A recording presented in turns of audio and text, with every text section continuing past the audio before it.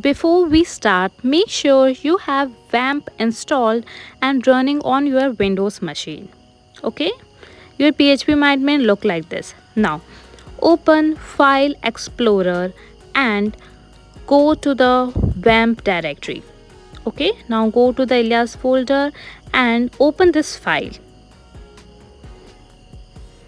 in text editor and change this php myadmin to any customized name as you want. Okay, now save this file. Now we need to restart the WAMP server for the changes to take effect. It should be green if everything is running properly.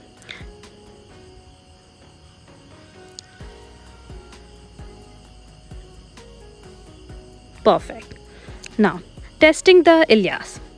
Open your web browser and navigate to localhost/khatidb. Perfect. As you see, the phpMyAdmin loads just like it would the original URL. Okay, but now we have a more cleaner and more memorable address. Okay, thank you.